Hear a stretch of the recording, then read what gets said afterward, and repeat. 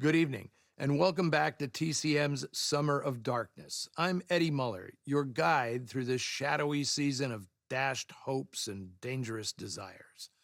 Our previous film, Raw Deal, represented a kind of apotheosis of crime film conventions. Sorry, I just wanted to use a word there that Ben Mankiewicz would never understand. Film. Up next, however, is a movie that's unique for the genre. From Republic in 1948, starring Dane Clark and Gail Russell, it's Moonrise. Based on the book of the same name by film critic Theodore Strauss, Moonrise tells the story of young Danny Hawkins, a kid from a small southern town who is haunted by his past. His father was hanged when Danny was a boy, and ever since that day, he's been bullied about it. Eventually, Danny can't take it anymore, and that's how the story starts, with a fateful fistfight between Danny and his main tormentor, Jerry Sykes, played by Lloyd Bridges.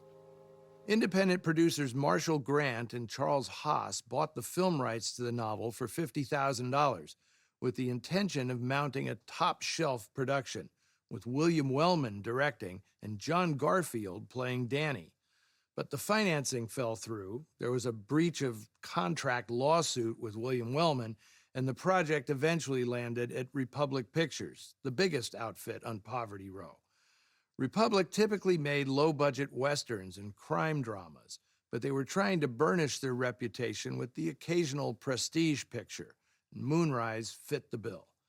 For a Republic production, it had an astronomical budget of $850,000, and the studio assigned the film to its most prestigious director, Frank Borzage.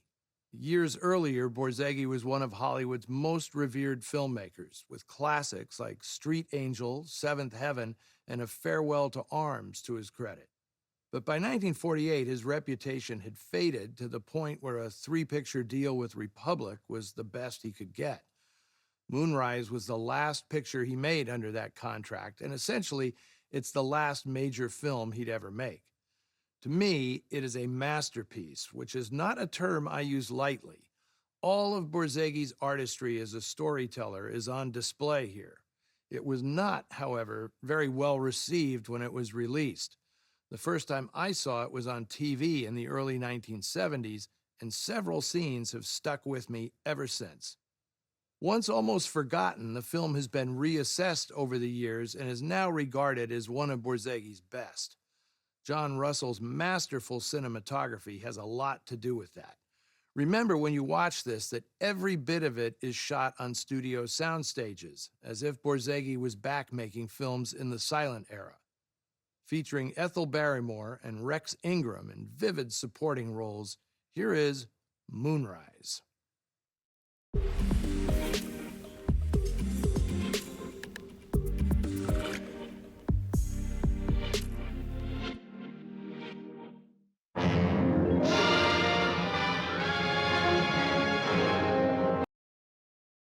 Moonrise is the rare redemptive film noir, befitting of director Frank Borzage's essentially optimistic and romantic outlook. There was no redemption, however, for Gail Russell, one of the saddest stories in Hollywood history. Once dubbed the Hedy Lamarr of Santa Monica because of her exceptional beauty, Paramount signed Russell to a contract in 1942 when she was just out of high school. The problem was that Gail didn't want to be an actress. She knew she was too shy and anxious, which proved to be true when she starred in her first major film, The Uninvited, with Ray Milland. She could barely get through a few lines of dialogue without bursting into tears. Milland coached her through it as best he could, but legend has it some advice from an impatient makeup artist is what provided the crutch she needed. She took a few shots of vodka to calm her nerves, and that's how her lifelong struggle with alcohol began. She endured a doomed marriage and persistent rumors of an affair with co-star and protector John Wayne, which both of them vehemently denied. She had multiple drunk driving arrests, missed court appearances, and scads of lawsuits that cut short a once promising career. She died of acute alcoholism when she was only 36 years old. Well, that's it for me tonight, but we have more noir coming your way, neo-noir to be specific. Paul Newman takes on the role of Ross MacDonald's famous literary private eye, Lou Archer, renamed Harper for the movie version. And that's coming up next on TCM. Next on TCM, Harper, then the drowning pool, and later torture money. TCM puts you through the ringer tonight.